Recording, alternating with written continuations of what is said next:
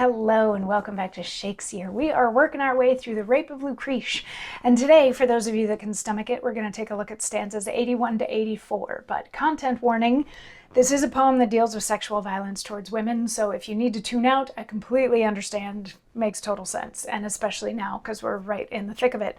For those of you that are sticking around, quick recap: sexist Tarquinius is in the middle of being just about to rape Lucrece. He is in her room where he woke her up by groping her, and he offered her sort of a deal. If she just wanted to go along with it and, give in to him, then they could just keep it quiet. Nobody would ever have to know.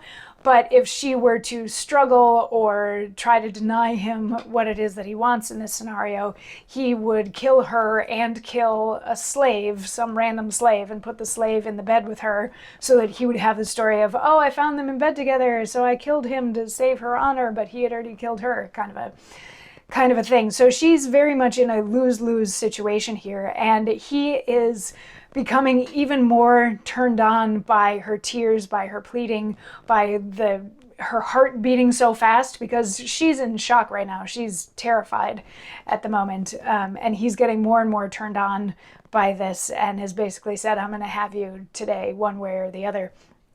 And stanza 81 picks up by saying, her pity-pleading eyes are sadly fixed in the remorseless wrinkles of his face. Her modest eloquent with sighs is mixed, which to her oratory adds more grace. She puts the period often from his place, and mits the sentence so her accent breaks, that twice she doth begin ere once she speaks. She conjures him by high almighty Jove, by knighthood, gentry, and sweet friendship's oath, by her untimely tears, her husband's love, by holy human law and common troth, by heaven and earth, and all the power of both, that to his borrowed bed he make retire, and stoop to honor, not to foul desire.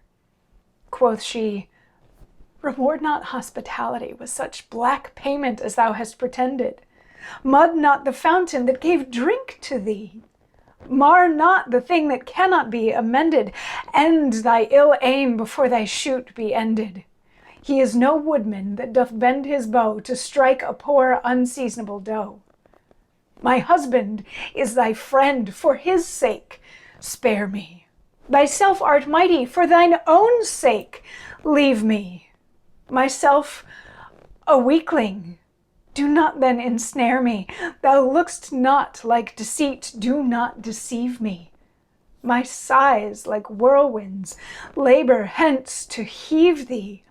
If ever man were moved with woman moans, be moved with my tears, my sighs, my groans. So now we get to hear from her. We've heard a little smidge from him as he's making these deals with her and everything like that. But the first stanza says that she's trying really hard to talk to him, but maybe having some trouble getting the words out. And she has some interesting pauses in what she's saying because she's so worked up about what's happening to her. But it actually makes her pleas more graceful and hopefully more moving, but she asks him to swear by all of these things, by the gods, by himself, by just the nature of being human, that he won't do this. She asks him to please just go back to his room and go to bed. And then in the last two stanzas here, we actually get to hear her first person speech, and she's like, I was nice to you. You came to my home and I fed you and I gave you drink and I gave you a bed, and you're going to do this to me? It's very unsportsmanlike. This is very not cool. And then she pulls on, my husband is your friend and you are a man of note.